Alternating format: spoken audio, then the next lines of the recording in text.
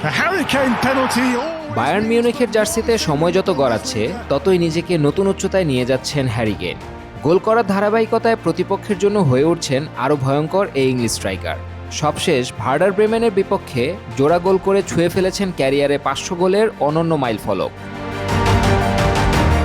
জার্মানির শীর্ষ লিগ বুন্দেসলিগায় ব্রেমেনকে 3-0 গোলে হারানোর ম্যাচে মাত্র 3 মিনিটের ব্যবধানে 2বার জাল কাপান কেইন।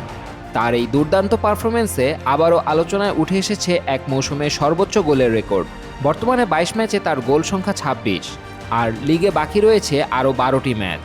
ফলে অনেকেই ভাবছেন কিংবদন্তি স্ট্রাইকার রবের্তো লেভানদস্কির 41 গোলের রেকর্ড এবার হুমকির মুখে পড়তে পারে। তবে বায়ার্ন কোচ ভিনসেন্ট কম্পানি মনে করেন, ব্যক্তিগত রেকর্ডের চেয়ে দলের লিগ শিরোপাই কেইনের কাছে বেশি গুরুত্বপূর্ণ। যদিও হাসতে হাসতে তিনি আরও বলেন, গোল করা তো কেইনের স্বভাব, তাই যে কোনো কিছুই সম্ভব।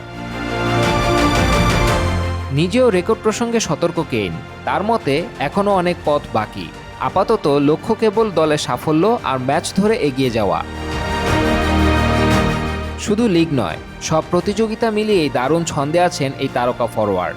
চলতি মৌসুমে 35 ম্যাচে করেছেন 41 গোল, সঙ্গে রয়েছে 5টি অ্যাসিস্ট। ব্রেমেনকে হারিয়ে শিরোপা ধরে রাখার পথে আরও এক ধাপ এগিয়েছে বায়ার্ন। 22 ম্যাচে 57 পয়েন্ট নিয়ে শীর্ষে তারা, আর 6 পয়েন্ট পিছিয়ে দ্বিতীয় স্থানে আছে Borussia Dortmund.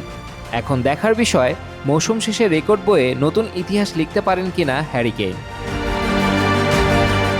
Sadman Hasan, sports 24 BD.